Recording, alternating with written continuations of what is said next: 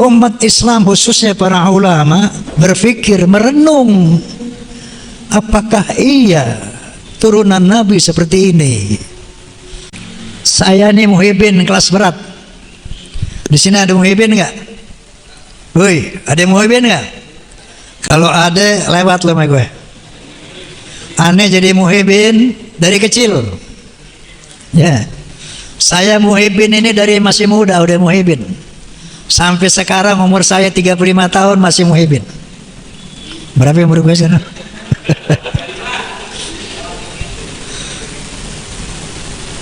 Jadi kalau bicara muhibin, lu nggak lawan gue.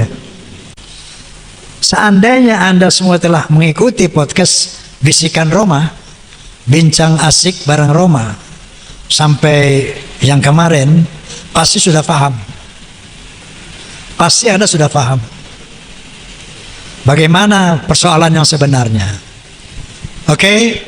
Jadi ketika ada masalah-masalah di kalangan umat Islam, di kalangan bangsa Indonesia ini, kenapa saya katakan penting? Karena ada indikasi-indikasi kaum Ba'alawi ini mau menghegemoni, mau menjajah Republik Indonesia. Contohnya dengan membuat kuburan-kuburan palsu. Banyak sekali kuburan-kuburan palsu dengan nama Habib ini, Habib itu, Habib ini, Habib itu, hampir di seluruh Indonesia, dan sebagian besar sudah dibongkar oleh umat Islam. Dan pemalsuan nama daripada para wali, pemalsuan nama yang sangat viral, yaitu dari Sumo Diningrat yang diklaim sebagai Hasan bin Toha bin Yahya. Ini diteliti oleh para ahli sejarah. Ternyata ini adalah pemalsuan nama-nama, pemalsuan makam-makam. Kemudian ada klaim-klaim bahwa pahlawan nasional di Ponorogo adalah Ba'alawi, Imam Bonjol Ba'alawi, Tengku Umar, Tengku Jijitiro, semuanya Ba'alawi. Maka saya undanglah hasil sejarah Profesor Anhar Gonggong yang menyatakan dengan satu kalimat, bohong. Dibuktikan dengan sejarah-sejarah. Sampai ada klaim bahwa Indonesia ini milik Tarim. Buktinya, lihat tuh, banyak kuburan wali-wali dari Tarim. Inilah kepentingan membuat kuburan-kuburan palsu. Indonesia milik Tarim.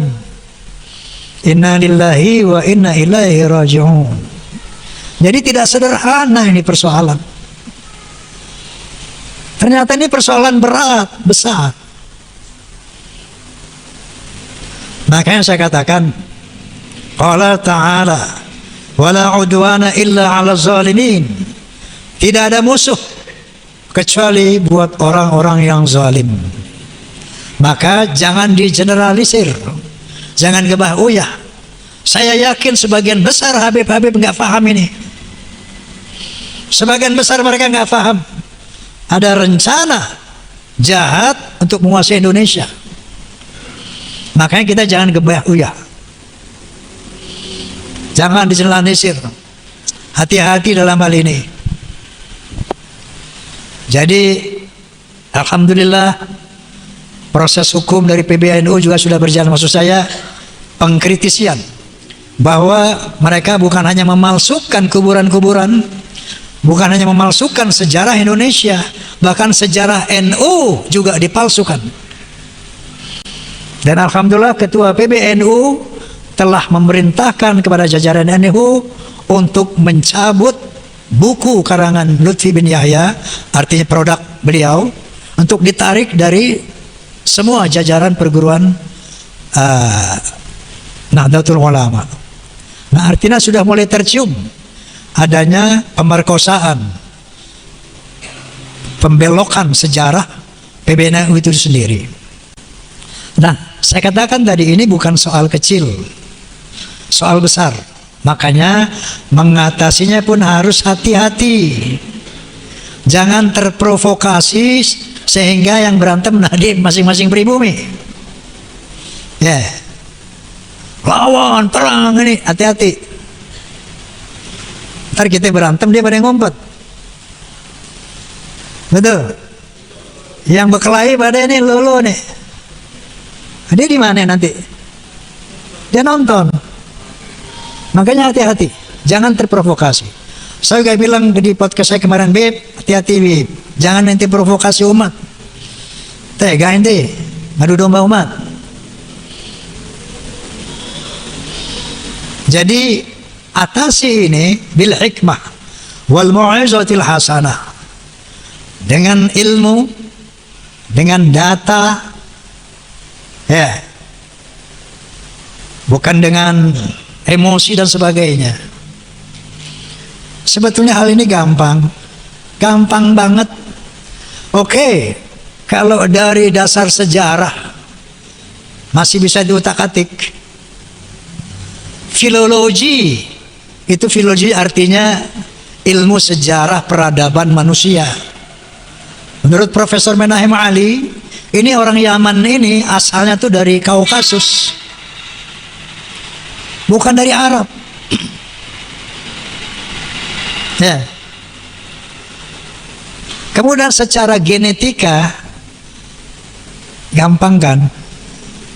Ada bilang di podcast, Beb, ente udah ngomong dulu Beb, bahwa ketika antum melihat rambut Rasulullah SAW, ente bilang dulu sebelum ada kasus ini, ini nih ada rambut Nabi nih.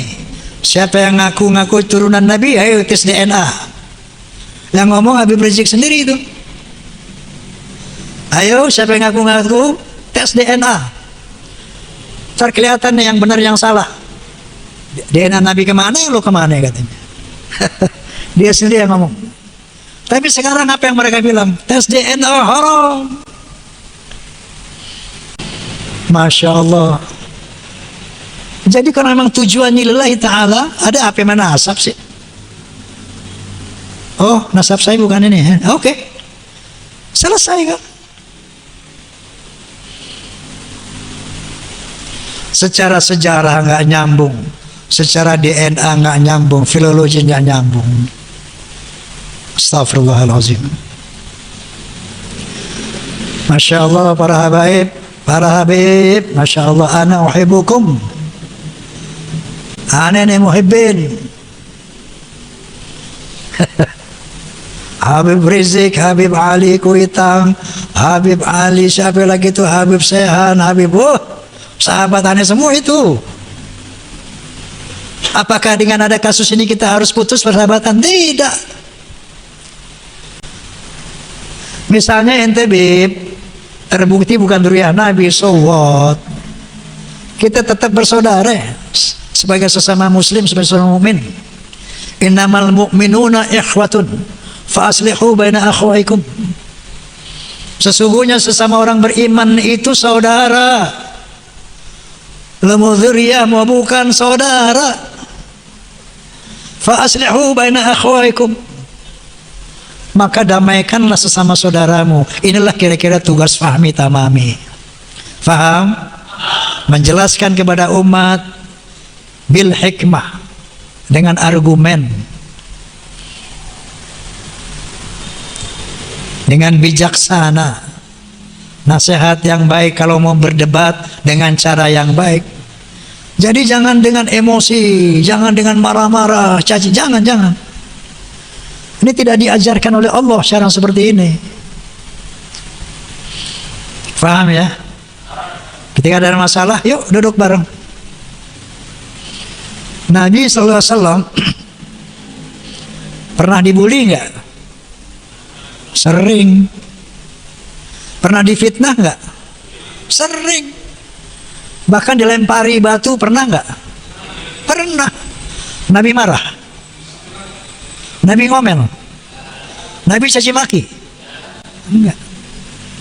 Qala ta'ala, fabima rahmatin minallahi linta lahum walau kunta fazzan ghalizal qalbi lanfaddu min hawlik fa'fu anhum wastaghfir lahum washawirhum fil amr Fa idza azamta fatawakkal 'ala Allah. Innallaha yuhibbul mutawakkilin. Shadaqallahul azim. Apa firman Allah kepada Rasulullah? Hanya karena dengan rahmat Allah maka sikapmu menjadi lemah lembut. Kalau kamu bersikap keras, kasar, keras hati, maka mereka akan lari dari sekelilingmu ya Muhammad. Fa'fu anhum, maafkan mereka. Wastaghfir lahum, mohon akan ampun buat mereka. Wasyawirhum fil amr, bermusyawarahlah dengan mereka. Nabi nggak pernah, hei kamu tukang sihir, kamu bohong, ya Allah hukum mereka, begitu nggak? Enggak. Hei kamu bukan Nabi, hei kurang ajar kamu, begitu nggak? Enggak. Kedua, fahmi tamami ukhuwah wataniyah. Kalau yang ketiga, fahmi tamami ukhuwah basyariyah. Bisa? Bisa? Yang pertama jawabannya ukhuwah islamiyah. Ingat. Yang kedua jawabannya ukhuwah wataniyah. Yang ketiga jawabannya ukhuwah basyariyah. Oke? Fahmi tamami.